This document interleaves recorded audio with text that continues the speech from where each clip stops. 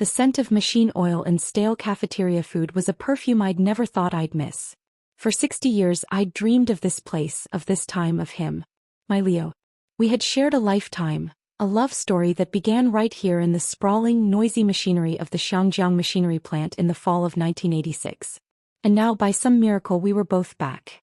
In our first life, Leo had fallen for me at first sight. Not only had he sent me over 100 beautifully penned love letters, but on the day he finally transferred back to the factory he had written a 1,000-character love poem on the main bulletin board, declaring his feelings for the whole world to see. Our romance had been the stuff of factory legend, even making it into the local newspaper. I died an old woman, warm and loved, his hand in mine. I opened my eyes to 1986, to my old dormitory cot, my body young and strong again. The first thing I did was find a pen and paper. My handwriting in our past life had been a source of secret shame for me. Leo's letters were so eloquent, so beautifully written, while my replies were clumsy and simple. This time I would be ready. I spent every spare moment reading and practicing my penmanship, my heart fluttering with a sweet, patient anticipation. I was waiting for his first letter. But the letters that should have already started arriving never came. Not a single one. A cold trickle of doubt seeped into my heart. Had the timeline shifted? Was I too early? I clung to the other anchor of my memory, the public confession. I knew the exact day it would happen. It was the day the factory broadcast station, which usually played "The Workers Have Strength," would unexpectedly play "The East is Red." That morning I put on my favorite blue dress, the one Leo had once said made my eyes look like a summer sky. I stood by the factory bulletin board, my stomach a whirlpool of nerves and excitement. My friend Lena stood beside me chattering about a new film she'd seen. "Hey look," someone shouted. "There's a commotion over by the technical block." My heart leaped into my throat. This was it. I saw him then just as I remembered. Leo. His blue work uniform was faded from countless washes, his dark hair was neatly combed, and his wire-rimmed glasses sat firmly on his nose. He was carrying a large flat object wrapped in cloth. A painting. My breath hitched. In our last life on his deathbed, I joked that if we did it all over again he should draw pictures for me instead of writing letters I could barely understand. He'd smiled and promised he would. He was coming toward the bulletin board, a faint, determined smile on his lips. I felt a smile of my own bloom so wide it hurt my cheeks. I took a half-step forward, my body thrumming with the memory of his embrace. But he didn't stop in front of me. He walked right past as if I were a ghost. He didn't even see me. His gaze was fixed, burning with an intensity one remembered so well, but it was not directed at me. He stopped in front of Lena. The world seemed to slow down, the factory noises fading into a dull roar in my ears. I watched, frozen, as Leo knelt down on one knee in front of my best friend. The female workers around us gasped in unison. "Oh my God," someone whispered. "It's the new technician from the city. Who is he confessing to?" I stood there, my smile still plastered on my face, a grotesque mask of a joy I no longer felt. My hands were clenched so tightly my nails bit into my palms. "Lena," Leo said, his voice clear and strong, carrying over the murmuring crowd. "I wrote you 100 letters. Did you get them?" My blood ran cold. I hadn't received a single one. He smiled a little sadly. "And I didn't get any reply from you either. But I knew you liked paintings." With a flourish he pulled the cloth away from the canvas. It was a stunning portrait of Lena, capturing her lively beauty perfectly. "Lena, I don't want to miss out on you again. Please give me a chance." Lena looked utterly flustered. I'm sorry. I don't even know you." The crowd began to chant, "Say yes. Say yes." But their voices sounded distant, muffled. Just then the factory broadcast speakers crackled to life. The familiar, soaring melody of "The East is Red" began to play.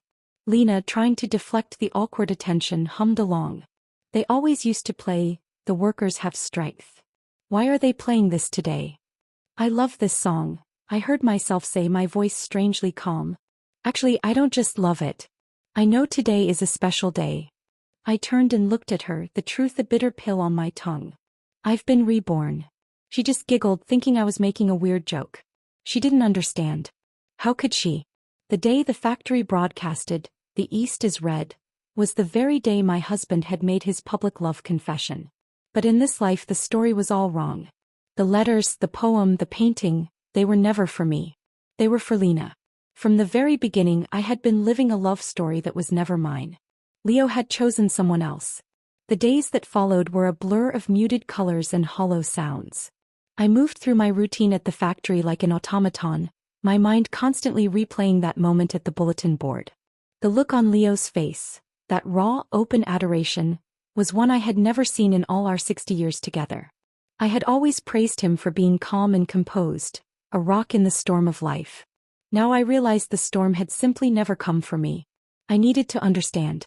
The memory of our first meeting in the past life surfaced, sharp and clear. It had been a year before the letters started. Lena and I, both young apprentices, were tasked with delivering a stack of production reports to the main office. We were rushing, laughing about something silly, when we rounded a corner and collided with a solid wall of a man. Papers flew everywhere like startled birds. It was Leo, then a junior technician visiting from the regional office. Flustered and apologetic, he helped us gather the scattered forms. When he looked up, his eyes went wide. I saw a flash of sheer amazement in them, and my young heart had skipped a beat. We quickly gathered the last of the papers and hurried away, but he called after us. "Wait. Your names? For the report. I should note who I delayed." Annoyed by the hold-up, Lena, without stopping, just pointed at the name tag on her chest and kept walking. He had stood there watching us go, and I heard him whisper to himself, "Lena. Like sunshine." The critical detail I had forgotten for a lifetime suddenly clicked into place with devastating clarity. That day, Lena and I had accidentally swapped our uniforms. The name tag on her chest had my name on it and mine had hers. He had asked for the name of the girl who left him speechless, and he was given the wrong one. From that moment on, the 100 love letters arrived for me, Cassandra. They described that meeting in vivid, poetic detail. How the sight of me, her, haunted him, how he longed for me, her, how he begged for a reply. Lena had made fun of them, calling him a creep and warning me not to get involved. But I was lonely, and no one had ever paid me such ardent attention. Over time my heart softened. We began a secret correspondence, and in those letters we built a relationship. He told me he would request a transfer back to the factory, and once he returned he would give me a surprise. The surprise was the public confession, where he called out the name on the letters. The name he believed belonged to the girl he'd fallen for. Mine. I remembered stepping forward from the crowd, my face burning with happiness, and throwing my arms around him. He had hesitated. I felt it now, the memory crystal clear. A slight stiffening, a half step back. I had been too overwhelmed by happiness to notice the disappointment in his eyes before I buried my face in his shoulder. He never questioned it. Our story was already written in the newspapers. How could he deny it? The love I had prided myself on, the foundation of my entire existence, was a case of mistaken identity. A 60-year-long error. This realization was a physical pain, a constant ache in my chest. I saw Leo around the factory sometimes, his entire being focused on Lena. He brought her small gifts, waited for her after her shift, his gaze following her with a devotion that was both fascinating and heartbreaking to watch. He was a man possessed, a version of Leo the first never knew existed. Lena, for her part, was characteristically casual about it. She was used to male attention. "A lot of guys write to me," she said with a shrug when I cautiously brought it up. "He's nothing special." "But the painting was beautiful," I pressed, needing to know. "Well, the artwork is pretty good," she conceded. "I'll think about it." Her indifference was a stark contrast to the all-consuming passion Leo was displaying. It was so unfair. He was pouring his entire reborn soul into winning a woman who saw him as just another admirer, while I, the woman who had loved him completely for a lifetime, was invisible to him. One afternoon I felt dizzy and weak, my low blood sugar catching up with me amidst the emotional turmoil. I ended up in the factory infirmary. When I opened my eyes, Leo was sitting by my bed, a look of concern on his face. For a wild, heart-stopping moment I thought he remembered. "Leo," I whispered, my voice hoarse. "I just got off work and came to check on you," he said, his tone polite, distant. "The doctor said your blood sugar was low. I bought you some apples. I think you like them." He gestured to a small bag of red apples on the bedside table. The gesture felt like a punch to the gut. I hated apples. At home I always gave the best fruit to him and the kids. Apples were the leftovers that no one wanted, and I, never one to waste food, would always end up eating them. That act of domestic economy had, in his eyes, translated into a preference. "Please, Cassandra," he said, leaning forward, his voice dropping to a pleading whisper. "I know you and Lena are close. But I fell in love with her at first sight. Could you help me, please? If I miss out on her, I'll regret it for the rest of my life." The audacity of it stole my breath. He was asking me, his wife of 60 years, to help him woo another woman. The man who had held my hand as I took my last breath was now begging me to be his wingman. I looked coldly at him, this stranger wearing my husband's face. "If you like her, then go chase her yourself. I'm not helping you." The words were ice. He flinched slightly, surprised by my tone. He had expected camaraderie, girl talk, assistance. He didn't understand the depth of the betrayal he was casually invoking. Just then Lena swept into the infirmary. "What are you doing?" her clear voice rang out. She pushed Leo aside and wrapped a protective arm around me. "Let me tell you something, Leo. About you and me, I still need to think about it. I can see you're putting Cassandra in a tough spot. If this keeps up, then we can't even be friends anymore." Leo immediately apologized, his attention instantly laser-focused on Lena. He was afraid of upsetting her, of losing any chance he had. He left in a hurry, leaving me alone with Lena and the bag of apples I despised. Lena brought me some porridge. "Here, drink this. If you don't like it, tell me what you want. I'll have someone go buy it." I hesitated, then asked the question that had been burning inside me. "He wrote you so many letters. Why don't you like him?" She gave a casual shrug. "A lot of guys write to me. He's nothing special." "Then would you ever give him a chance?" She glanced toward the door where he'd left, a thoughtful look on her face. "Well, the artwork is pretty good. I'll think about it." I took a sip of the bland porridge, watching her. Lena was radiant and confident. Her parents were artists, her uncle a factory manager. She lived a life of ease and assurance that I had never known. The love I had once prided myself on had never been mine. It was always meant for someone like her. I was just the stand-in, the woman who happened to be wearing the right name tag on the wrong day. And Leo, my Leo, was gone. In his place was a desperate, love-struck stranger, and I was completely alone with the echoing emptiness of a lifetime that had never truly been real. The revelation that my entire past life was built on a lie was an earthquake that shattered my foundations. For a few days I wallowed in a profound sense of loss and betrayal. I had been reborn not into a second chance at love, but into a cruel joke. The man I loved was passionately pursuing my best friend, and I was a ghost in my own life. But slowly, a new emotion began to push through the grief. Anger. It started as a small, hot ember in my chest. Anger at Leo for not realizing his mistake in our first life. Anger at him for not having the courage to correct it, for instead building a 60-year marriage on a foundation of quiet resignation. He had spoken of being trapped by the perfect love story, but what about me? I was the one truly trapped, living a life meant for someone else, loving a man who was forever longing for another. And then the anger turned inward. Why should I continue to be the victim of this mistake? I had been given a gift, a second life, a chance to be young again. Was I really going to spend it pining for a man who had never truly loved me? Was I going to define myself solely by a relationship that was now proven to be false? No. The answer was a resounding, defiant no. I decided to stop waiting. I stopped glancing toward the technical block, hoping to catch a glimpse of him. I stopped replaying our past life in my head. That woman, the devoted, self-sacrificing wife, was not me anymore. That was a character I had played in a story written for someone else. In this life, I would write my own story. I threw myself into my work at the quality control department with a ferocity that surprised my supervisors. My experience from my past life, though buried under decades, began to resurface. I understood the machinery, the processes, the tiny details that could lead to a better product. I started making suggestions, small ones at first, then more ambitious ones.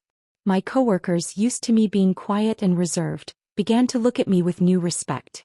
Meanwhile, Leo's campaign for Lena's affection escalated. He was like a man transformed from the reserved intellectual I had known.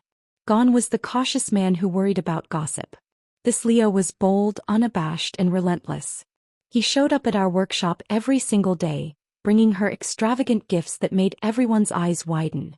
Imported chocolates, stylish wristwatches, fancy sunglasses.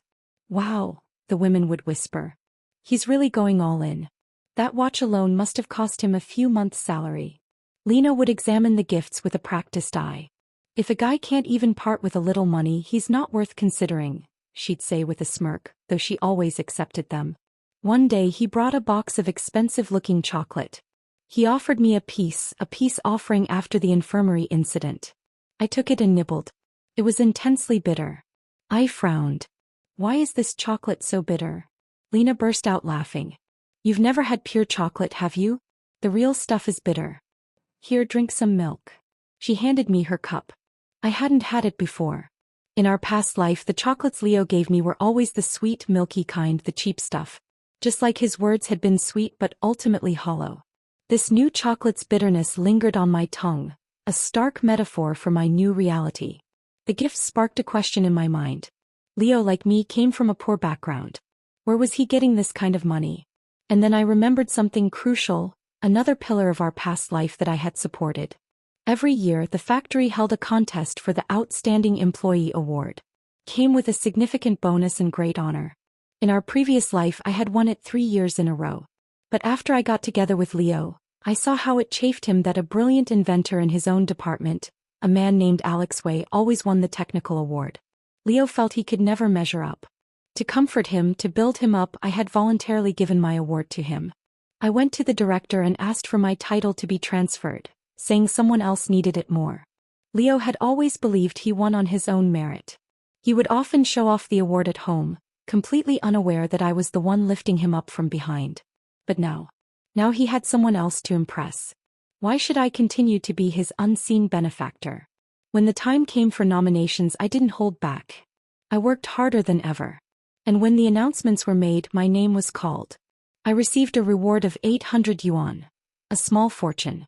Furthermore, the factory director announced a new reform, the establishment of an advanced workshop to develop new products, and all team members would be chosen from among the award recipients. It was the opportunity of a lifetime. In my past life, Leo had received this opportunity because of my award. It had launched his career. This time it was mine. Lena was genuinely happy for me, giving me the most expensive snowflake cake from the cafeteria as a gift. Leo, however, was furious. He stormed into the factory director's office, demanding to know if there had been a mistake. Director, shouldn't our technical department have had 2 awardees this time? He argued. There's never been 2, the director said flatly. But Cassandra from quality control, how did she get picked? Leo insisted, his voice tight. The director replied, Cassandra's work ethic is strong and she treats her colleagues well. Everyone sees that. Besides, she's won the award 3 years in a row. This isn't new.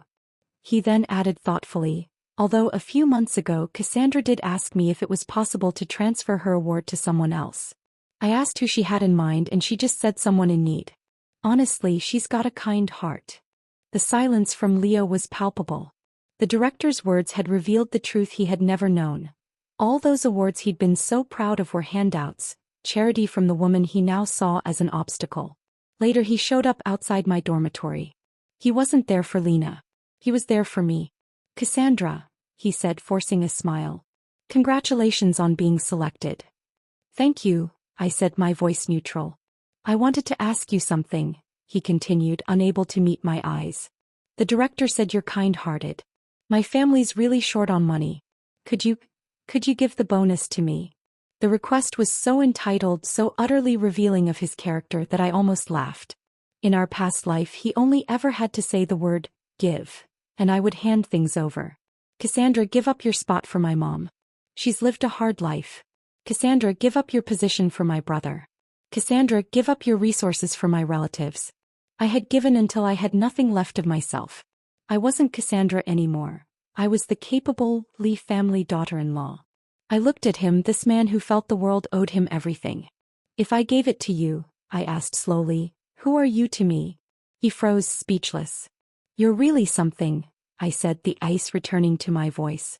We've barely spoken and you're out here chasing my best friend, yet you come ask me for money. Do you go around asking everyone like this? No, I don't, he said, flustered. But could you lend it to me? No, I said, turning my back on him and walking upstairs without another word. I heard him stand there for a long time before finally slapping himself across the face and muttering, "Leo, what the hell are you doing? You've been reborn. She's not your wife anymore." He was finally right about something. I wasn't his wife anymore. And I was never going to give him anything ever again. I was on a different path now, and for the first time it felt like my own. The world didn't just open up. It burst into brilliant Technicolor life. Being selected for the advanced workshop was more than a promotion. It was a liberation. The workshop was a world away from the monotonous hum of the quality control line. It was a place of blueprints, prototypes, and passionate debate. The air smelled of solder, fresh paint, and ambition. And it was where I met Alex Way. I'd heard the legends about him for years. The brilliant, reclusive inventor from the technical department. The man who redesigned factory equipment, boosting productivity dramatically. The man who had unknowingly been Leo's professional nemesis in our past life. I'd always pictured a much older man, well past 50, hunched over a drafting table. The man who stood up to greet our group of new transfers was nothing like that. He was young, probably not even 30. His most striking feature was his hair. A stunning, silvery white crop that contrasted sharply with his tan, leanly muscular frame. He moved with the quiet confidence of someone who knew exactly what they were doing. "Welcome," he said, his voice calm and steady. "I'm Alex Way. I look forward to working with you all." When it was my turn to introduce myself, I was strangely nervous. "I'm Cassandra from Quality Control. I look forward to learning from you." He smiled, a warm, genuine gesture that reached his eyes. "I know who you are," he said. The simple statement threw me. He knew me. How? I'd never met him before. In my past life, I'd been too preoccupied with Leo and my family to notice the quiet genius in the next building. Alex was a revelation as a team leader. He wasn't just a brilliant mind, he was a natural leader. He told us that if we ever had any problems we could come straight to him, and he meant it. He listened to every suggestion, no matter how junior the person was. He practically lived in the workshop, often being the first to arrive and the last to leave. No wonder I'd never seen him around before. The work was intense and exhilarating. My experience from my past life became my secret weapon. When the team discussed developing new pickled vegetables, I found myself suggesting, "What about pre-mixed rice toppings? Something quick and flavorful for workers." There was a pause. Then Alex nodded slowly. "That's a fresh perspective. The convenience factor is interesting. Let's explore that." When someone mentioned canned fruit, I heard myself say, "Canned meat might have a broader appeal. Luncheon meat or something similar." And Alex listened. My ideas, born from decades of feeding a family and running a business, were seen as innovative and creative here. One by one they were refined, prototyped, and turned into real products. The workshop's success began to double the factory's profits. My coworkers started seeking my opinion. I wasn't little Cassandra anymore. I was becoming a valued member of the team. Meanwhile, my life outside the workshop became simpler. I avoided Leo, and after our last encounter he seemed to avoid me too, his pride wounded.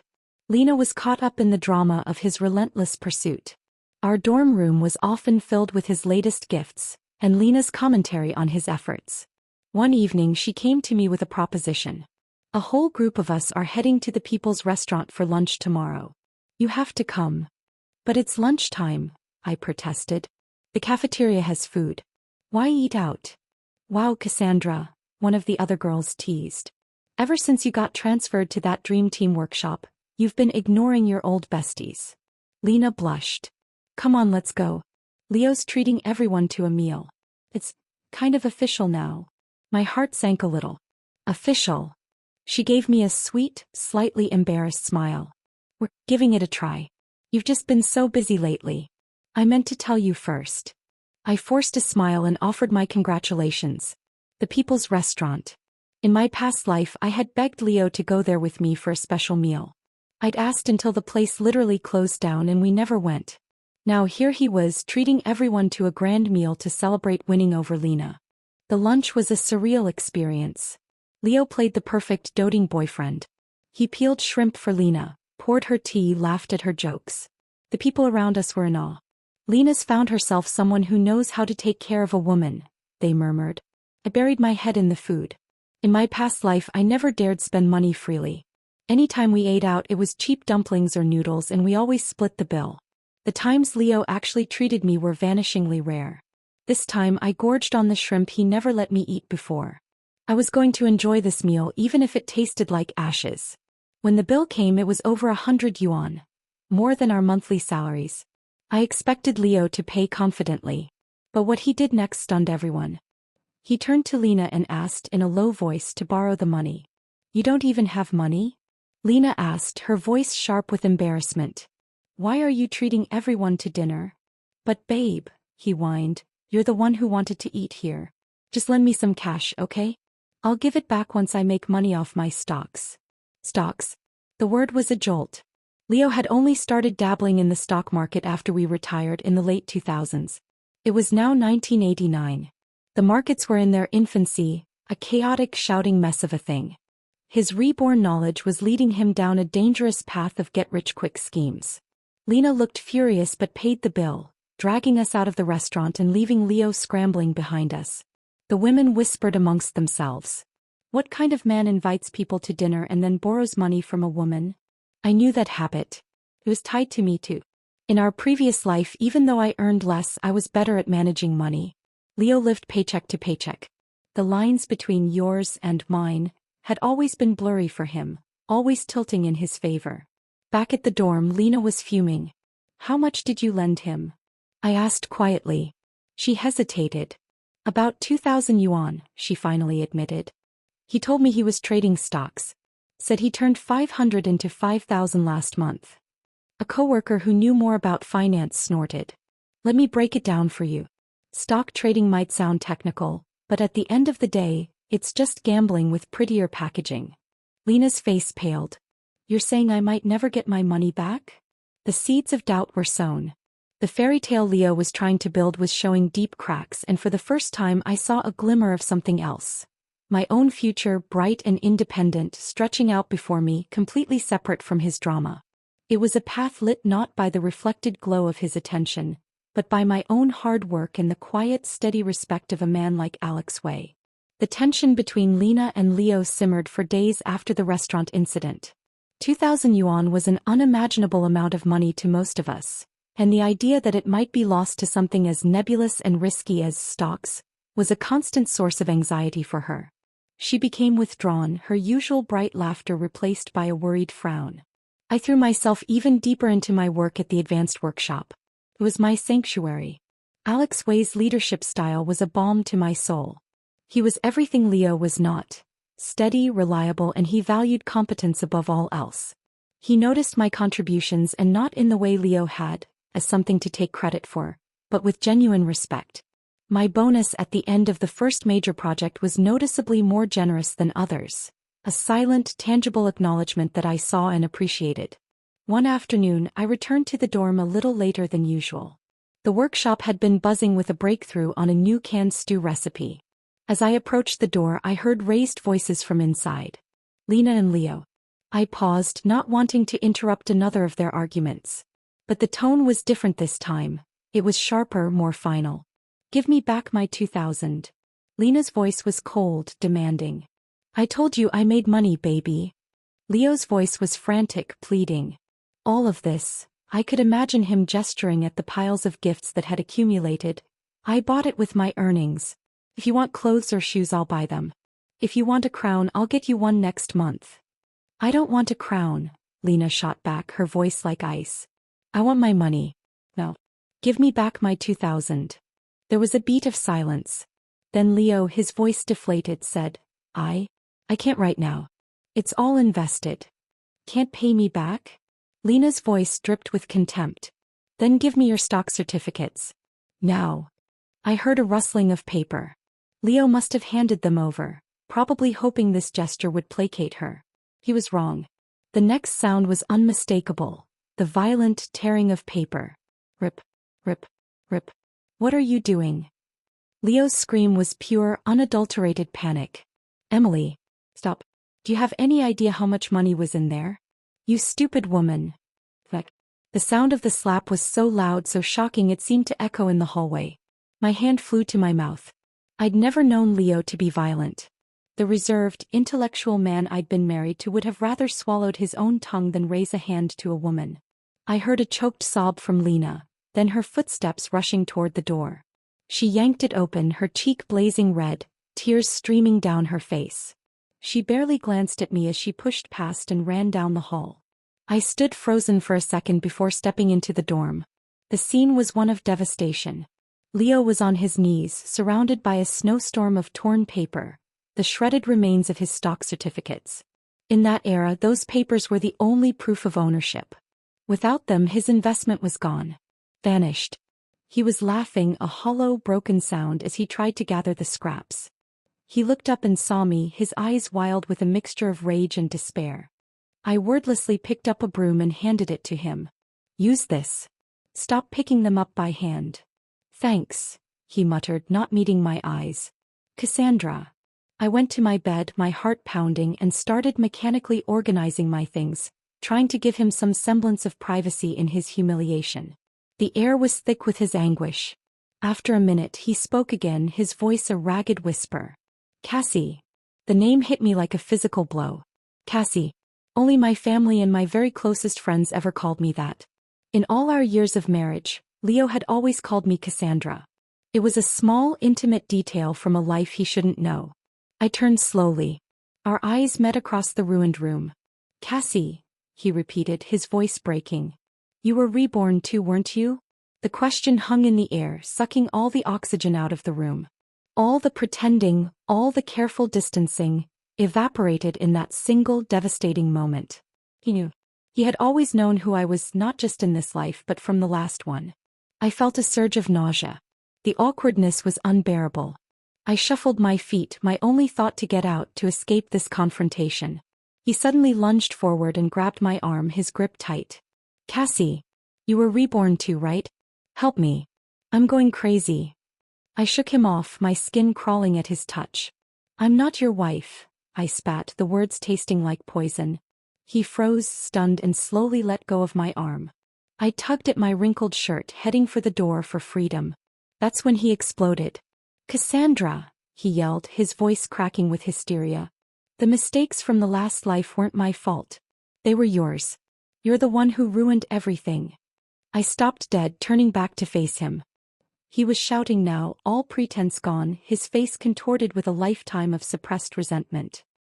He ranted about how stifled he'd felt in our marriage, how it had crushed his soul not to be with the one he truly loved, how exhausting it had been to pretend every single day. He talked about this new life as his chance to finally chase his happiness, to correct the cosmic error. He painted himself as a noble warrior of love, a tragic figure, while turning me into the villain. A petty thief who had stolen his marriage and his destiny by wearing the wrong name tag. I actually laughed, a short, stunned burst of sound that was utterly devoid of humor. The absurdity of it was breathtaking. If you never loved me, I finally said, my voice dangerously calm, why didn't you push me away from the beginning? We spent a lifetime together. I stayed by your side until death, and you're telling me it was all an act. His anger flared. Do you think I could just walk away? Our love story was in the newspapers. They even made a drama about it. Divorce was a huge disgrace back then. What would my parents say? What about our child? I spent my whole life trying to keep that love looking perfect. He was practically spitting. You went around telling everyone how beautiful those 100 letters were, but you never once asked how I felt. You used your love to trap me. I stared at him, seeing him clearly for the first time in 2 lifetimes. He was a coward. A man so obsessed with appearances, so fragile in his pride, that he would rather live a 60-year lie than face a moment of social discomfort. He hadn't stayed for me or for our child. He had stayed for the story. He pointed frantically at the scraps on the floor. Help me. Just lend me some money. Even 1,000 would be enough. The stocks might be useless now, but I can't give up. I'm just getting started. His eyes were manic. You owe me. You owe me from the last life. The entitlement, the sheer audacity, shattered the last of my composure. I owed him. I grabbed my bag and turned to go, but he grabbed me again, his grip on my arm like a vice. You can't leave. You have to give me the money. You owe me this. His grip moved to my throat, his fingers tightening. I could smell the desperation on him. I need the money, Cassandra, he shouted, his face red and monstrous. I couldn't breathe. I clawed at his hands, spots dancing in my vision. Bang. The dorm door burst open. Framed in the doorway was Alex Way. How did he know? How did he always seem to show up? In one swift, powerful motion, Alex grabbed Leo by the collar and hurled him out of the room. Leo landed in a heap in the hallway, coughing and spluttering. Alex turned to me, his face a mask of concern. "Are you okay?" he asked, his voice gentle but firm. "I'll take you to the infirmary." He looked like he was about to go after Leo again, but Leo scrambled to his feet and fled down the corridor, his footsteps echoing his shame. "Why did you come?" I asked, my voice trembling as I rubbed my sore neck. "You said you were just going back to grab something from the workshop," he said, his gaze scanning me for injuries. "But you were gone for over an hour. I came to check on you." I was surprised. Was Alex Way looking out for me? The thought was both comforting and confusing. Whatever the reason, he had saved me. The mask had finally shattered, revealing the ugly truth beneath Leo's romantic facade, but in its place, a new, steadier door had opened. In the aftermath of Leo's violent outburst, the factory grounds felt different. The air, once thick with the romantic tension of his pursuit, was now charged with a darker, more wary energy.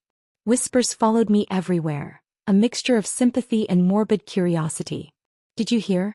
Leo from Technical tried to strangle Cassandra. Over money." I felt exposed raw. The dorm room, once a shared space with Lena, now felt like a crime scene. I couldn't sleep there, couldn't look at the spot on the floor where the scraps of his dreams had lain without feeling his hands on my throat. I didn't have to for long. Alex Way, with a quiet efficiency I was coming to recognize, took it upon himself to act. He went to the factory director and, citing concerns for my safety and the need for a dedicated space for a key R&D team member, applied for a private dorm room for me. The request was approved within a day. My new room was small but blessedly private, located in a quieter building usually reserved for senior technicians and department heads. What I didn't expect was to discover that Alex lived right next door. I ran into him carrying my small suitcase of belongings. "I thought you slept at the workshop," I said, surprised. He scratched the back of his head, a faint blush visible even on his tanned skin. "I do, but I come back sometimes." He nodded toward the shared bathroom down the hall. "The workshop doesn't have showers." It made practical sense, but a part of me wondered if his presence nearby was more than coincidence. Was he keeping an eye on me? The thought wasn't unpleasant. Lena, once she'd recovered from the shock and humiliation, officially and publicly broke up with Leo. She came to see me in my new room, her face filled with remorse. "I had no idea he would get physical with you," she said, her voice heavy. "I tore up his stock papers, not you. Why take it out on you? He's insane." She shook her head. "I'm so sorry, Cassandra. I brought this into our lives." "I'm fine," I assured her, though the bruises on my neck told a different story. "But Lena, you really need to think this through. Get your money back if you can. And stay away from him." She nodded, her expression firm. "I am. It's over." True to her word, she avoided him completely. Leo, now a pariah, became more unhinged. He lurked around our old dorm building, trying to catch a glimpse of her, to beg for another chance. But his path was invariably blocked. I saw him once from my window trying to approach the building, only for Alex to seemingly materialize from nowhere. I couldn't hear what was said, but Alex stood his ground, his posture calm but immovable.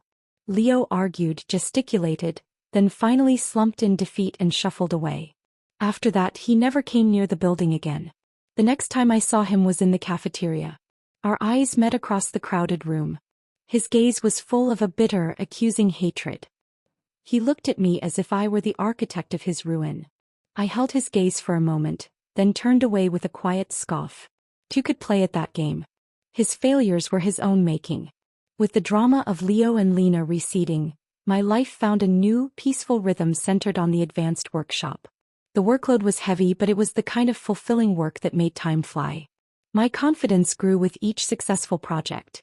The ideas kept coming, flowing from a well of experience I no longer feared to tap. When the team debated new product lines, I was ready. Pickled vegetables are a stable product. But what about pre-mixed rice toppings? I suggested in a meeting. Something quick, flavorful, and convenient for the single workers? We could sell them in small packets. A hush fell over the room. Then Alex leaned forward, his silver-white hair catching the light. Convenience is the future, he said, his voice thoughtful. That's a brilliant angle, Cassandra. Let's develop a prototype. Another time when canned fruit was proposed, I spoke up. Fruit is seasonal and can be expensive. What about canned meat? Luncheon meat or a savory stew? It has protein, it's filling, and it has a longer shelf life.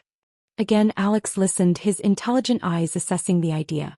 You're right about the protein factor, he agreed. It could be a staple for workers doing hard labor. Let's run the numbers. My suggestions, once met with surprised curiosity, were now taken seriously. They were innovative, market-savvy, and they worked. The pre-mixed seasoning packets and canned stew became huge successes, dramatically boosting the factory's profits. My coworkers began to seek my opinion not out of politeness, but out of genuine respect. The factory director himself started knowing my name. I was no longer just Cassandra from quality control. I was Supervisor Cassandra, a key member of the R&D team. Alex treated me with a professional respect that was incredibly validating. But there was something more, a subtle layer of personal care. He always made sure I had the resources I needed. He'd bring me a cup of tea during late nights at the workshop. His bonuses for me were always the most generous, a silent acknowledgement of my value that I cherished far more than any grand, empty gesture. 2 years passed in this way, a blur of hard work, quiet camaraderie, and growing self-assurance. They were the most fulfilling years of either of my lives. I had money, independence, and a peace I had never known. Leo, meanwhile, continued to spiral. After being harshly dumped by Lena, he refused to give up. He became her permanent, unwanted shadow, her ever-devoted backup. He poured what little money and energy he had left into trying to win her back, sabotaging any other man who dared show interest in her. He wore his shameless obsession like a badge of honor, and the whole factory watched the pathetic spectacle. And somehow, against all odds, his stubborn persistence wore Lena down. She gave him another chance. I didn't understand it. I thought she had seen his true colors. But some dynamics are hard to break. For a while it seemed like they might make it work. Then one day, Lena ran into my room, her eyes red and puffy from crying. She looked more upset than I'd ever seen her.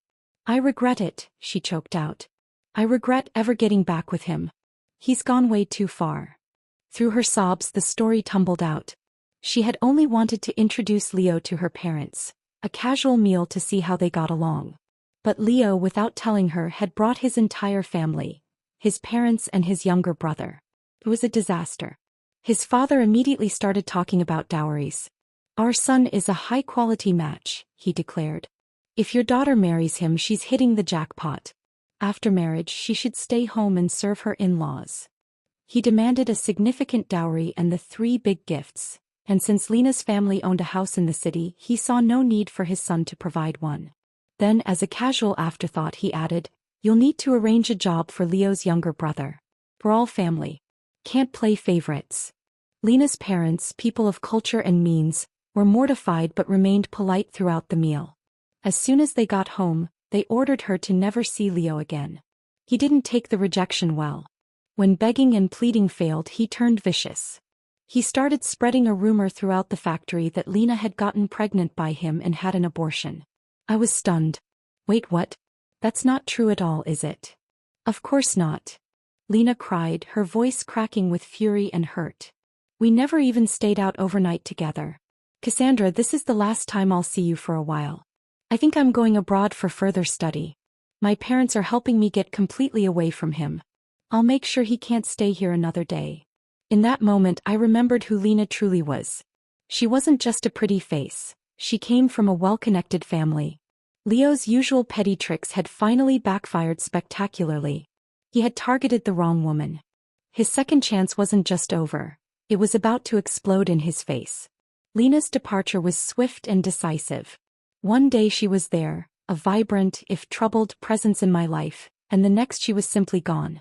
Her family had pulled strings, securing her a spot in a design school in Paris. She left without a word to Leo. He, of course, completely lost his mind. The day her resignation was officially processed, he became a man possessed. He ran through the factory grounds like a madman, bursting into offices and workshops, demanding to know where she had gone. His eyes were wild, his hair disheveled, his usually neat uniform wrinkled and askew. He was a spectacle of desperation, and the entire factory watched his meltdown with a mixture of pity and horror. His public unraveling was his own undoing. That same afternoon he was taken in for questioning by the factory security committee on suspicion of public indecency and creating a disturbance. I never learned the exact details, but it was clear Lena's family had made a call. They were ensuring their daughter's clean break. He returned from the questioning session looking utterly broken and bewildered. The hammer fell immediately after. He was summarily fired from the Xiangjiang machinery plant. His pass was revoked, his locker cleared out. I saw him from the window of the R&D department, standing outside the director's office, practically on his knees, begging for another chance. It was a painful, pathetic sight. He had lived a whole second life, armed with memories of the future, and he had still managed to destroy himself completely. The irony was bitter. People always think being reborn is an automatic ticket to success, that knowing the future guarantees victory. But what good is foresight without discipline, without hard work, without basic decency? Leo had always been undisciplined. In our past life I had been the one pushing him, organizing him, propping him up. Without me as his unseen foundation, his grand plans, his poetry, his travels, his dreams of a life of leisure, vanished like smoke. His reborn knowledge had only led him to risky stock gambles and toxic entitlement. After getting fired, he quickly discovered that no other factory in the city would hire him. His reputation had preceded him.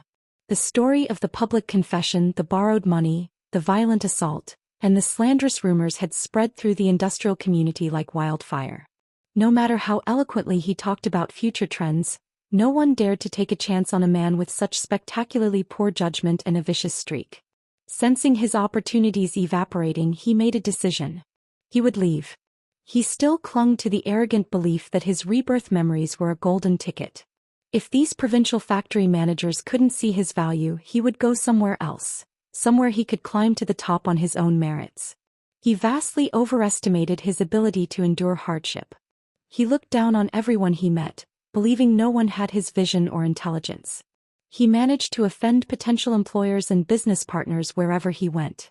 He jumped from city to city, scheme to scheme, each failure stripping away another layer of his confidence and another chunk of his savings. The years were not kind to him. The polished technician slowly eroded away, replaced by an increasingly desperate and bitter man. Meanwhile, my life continued on its upward trajectory. 10 years passed. The Xiangjiang machinery plant had transformed, evolving from a state-run factory into a modern, thriving corporation. The advanced workshop that Alex and I had started was now the official well-funded R&D department. He was the department head and I was his deputy. We were a well-oiled team, our professional respect deepening into a warm, steadfast friendship. I had money, security, free time, and a profound sense of peace. I had built a life entirely on my own terms. I kept in touch with Lena through letters. Her time in Paris had transformed her too. She found her passion in design and met a man, a gentle French engineer named Pierre. She sent pictures of them together, both of them glowing with happiness. This year she was returning home to host a grand wedding celebration in her hometown, and she invited everyone from the old factory days. I was genuinely happy for her. The wedding was beautiful. Lena was a radiant bride, and Pierre looked at her with a kind of quiet adoration that spoke of real love, not obsession. It was a world away from Leo's performative passion. After the ceremony, as I walked out of the luxurious hotel venue, feeling content and hopeful, I almost didn't recognize the man loitering by the gate. It was Leo. Time had not been kind. His face was gaunt and weathered, his cheeks hollow. A scraggly, unkempt beard failed to hide the deep lines of bitterness around his mouth. His clothes were worn and hung loosely on his frame, which seemed to have shrunk in on itself. He looked a decade older than he was. "Cassandra," he said, his voice a dry rasp. He stepped toward me, his eyes burning with a familiar, accusing hatred. "Was it you?" he demanded, his voice rising. "Were you the one pulling strings behind my back?" I stared at him, bewildered by his delusion. "You're the one who stole my Outstanding Employee Award," he accused, jabbing a finger at me. "You're the one who stole my future. You turned everyone against me." He took another step, trying to confront me, but he was immediately intercepted by the hotel's security guards. They were large, professional men who grabbed him with effortless efficiency. "Don't pull me. I know her. I need to talk to her," he yelled, struggling against them as they began to drag him away from the entrance. He looked like a stray dog being hauled off to the pound. A part of me, a final remnant of the woman who had once loved him, felt a pang of pity. But it was quickly overshadowed by a weary disgust. He was still blaming everyone but himself. I motioned to the guards to wait. "Let him go for a moment," I said. They loosened their grip but stayed close, watching him warily. Leo straightened his shabby jacket, trying to salvage some dignity. He cleared his throat. "I just wanted to chase love," he said, his voice still ragged. "Is that so wrong? Why did you stop me?" The self-pity was astounding. "I didn't stop you," I replied, my voice calm and cold. "But would you dare storm into her wedding right now? Would you declare your love for her in front of her new husband and all her guests?" His eyes flickered toward the hotel entrance, where the sounds of laughter and celebration still spilled out. He wavered, then fell silent. The fight drained out of him. "That's love?" I asked softly. "Funny. I chased love in my last life too." He laughed, then, a hollow, broken sound utterly devoid of humor. It was the sound of a man who had finally, truly lost everything, including the narrative he'd built for himself. A smooth, quiet purr interrupted us. A sleek black car, a latest model Crown sedan, pulled up to the curb beside me. The window rolled down to reveal Alex Way in the driver's seat. He didn't even look at Leo. His gaze was fixed on me, warm and steady. "Ready to go?" he asked. I nodded. I turned my back on Leo, on the ghost of my past life, and opened the passenger door. As I slid into the luxurious leather seat, I saw Leo's reflection in the window. He was just standing there on the sidewalk, a shrunken, lonely figure, watching the life he could have had drive away without him. Alex handed me a small, beautiful bouquet of flowers and a sealed envelope. "Happy May 20th, he mumbled, a faint blush creeping up his neck as he focused on pulling back into traffic. I smiled, tucking the flowers and the unopened letter into the glove compartment. It was already so full of his letters it could barely close. I'd long since lost count, but they had surpassed 100 a while ago. They weren't flowery poems or desperate pleas. They were simple, honest, heartfelt notes. Letters about his day, about a technical problem he'd solved, about something that made him think of me. They were real. "You're still writing me letters?" I teased gently, the warmth of the car a stark contrast to the cold encounter outside. "Aren't we an old married couple by now?" He just smiled, a quiet, happy smile, and reached over to squeeze my hand. We drove away from the past, toward a future we were building together, one quiet, honest day at a time. The reckoning was over. My new life had truly begun. The car ride home from Lena's wedding was filled with a comfortable silence. Alex focused on the road, but his presence was a solid, calming force beside me. I leaned my head against the window, watching the city lights blur past, my mind finally at peace. The image of Leo, broken and bitter on the sidewalk, was already fading, replaced by the warmth of the car and the scent of the flowers he'd given me. It was strange how life could come full circle, yet land you in a completely different place. The first time around, my story had been defined by 100 love letters from a man who loved the idea of me. This time the letters were different. They were from a man who saw the real me. When we got back to our apartment, a modern, spacious place we shared near the factory, I finally opened the glove compartment. The cascade of envelopes spilled out. I picked up the one from today. It wasn't long. It spoke of pride, his pride in me, in the woman I had become. It mentioned seeing me laugh with Lena at the wedding and how that simple sight had made him happy. It ended with a simple, profound sentence. "Every day with you feels like a new discovery." This was the love I had been waiting for in both my lifetimes. It wasn't loud or dramatic. It was steady. It was real. It was in the way he always made sure I ate lunch, in the way he defended my ideas in meetings without ever patronizing me, in the way he had quietly ensured my safety when I needed it most. A few weeks later, the factory director announced his retirement. The board of directors, after a unanimous vote, offered the position of director to Alex. He was the natural choice, the brilliant, respected engineer who had spearheaded the company's most profitable innovations. He accepted on one condition, that I be promoted to head of the R&D department. "There's no one more capable, no one with better instincts for this industry," he told the board, and they agreed. So, at the age where many were just settling into their careers, I found myself at the helm of the most dynamic department in the company. My office was spacious, with a window overlooking the factory floor. It was a long way from the quality control line, a longer way still from the shabby hut Leo and I had started in during our first life. One afternoon I was working late, reviewing new product proposals. A soft knock came at my door. "Come in," I called, not looking up from the blueprint. The door opened and closed softly. I assumed it was one of my junior engineers. When I finally looked up, I froze. It was Leo. He looked even worse than he had at the wedding. His clothes were threadbare and he had a defeated stoop to his shoulders. He stood there, wringing a worn-out cap in his hands, looking around the plush office with a kind of bewildered envy. "Cassandra," he said, his voice rough. "Leo," I replied, setting my pen down carefully. "This is a restricted area. You shouldn't be here." I know, he said quickly, taking a half step forward. I heard. Head of R&D. That's something. I didn't respond.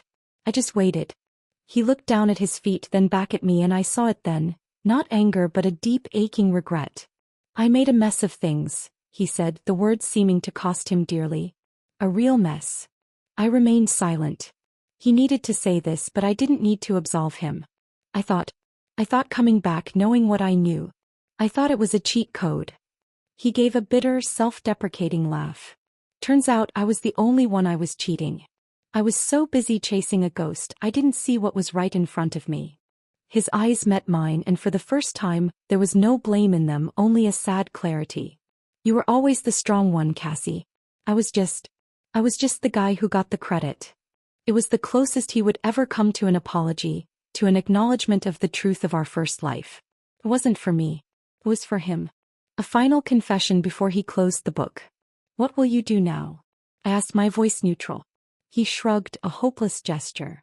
"Go back to my hometown, I guess. Look after my parents. It's what I should have done in the first place." He turned to leave, then paused at the door. "He's a good man," he said without looking back. "Alex. He's a good man." And then he was gone. I sat there for a long time after he left, not moving. The chapter was finally, truly closed. There was no victory in it, only a quiet sense of completion. That evening I went home and told Alex about the visit. He listened quietly, then simply pulled me into a hug. "The past is past," he murmured into my hair. "Your future is here." And he was right. My future was in the thriving factory we had helped build. It was in the letters that still occasionally appeared on my desk. It was in the quiet evenings we spent together, reading side by side. It was in the life we had built, not on a foundation of mistaken identity and borrowed dreams, but on mutual respect, shared ambition, and a deep, abiding love that had grown slowly and surely, one honest day at a time. I had been reborn, waiting for a love letter from the past. But my real love story had been written in the present, in 100 quiet moments with a man who loved me not for a name on a tag, but for the person I was and the person I had fought to become. The circle was complete, and I was finally exactly where I was meant to be. The end.